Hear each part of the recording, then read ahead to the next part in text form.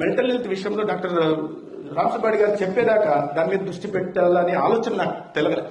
మా రిజిస్టర్ గారు సైక్రియాట్రిస్ట్ గారు వారు కూడా ఎందుకు ఎప్పుడు చెప్పలేదు మరి ఏ కారణం చేతో అప్పుడే తెలిసింది అరే మెంటల్ హెల్త్ మీద ప్రధానంగా దృష్టి పెట్టాల్సింది అని. ఇవాళ దేశంలో ఇవాళ ఉన్న ఒక 1 lakh పాపులేషన్ కి 3 సైక్రియాట్రిస్టులు ఉండాలి.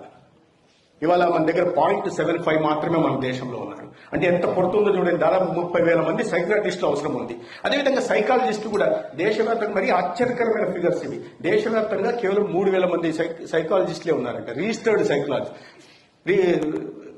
ఈ ఆర్సీఐ రికగ్నైజ్డ్ వాళ్ళ నుంచి కేవలం 3,000 మంది. మన రాష్ట్రంలో ఒకరే అని చెప్తున్నారు. ఒక్కరు ఉన్నారంటే దీని తీవ్రత ఎంత అర్థం ఉందో.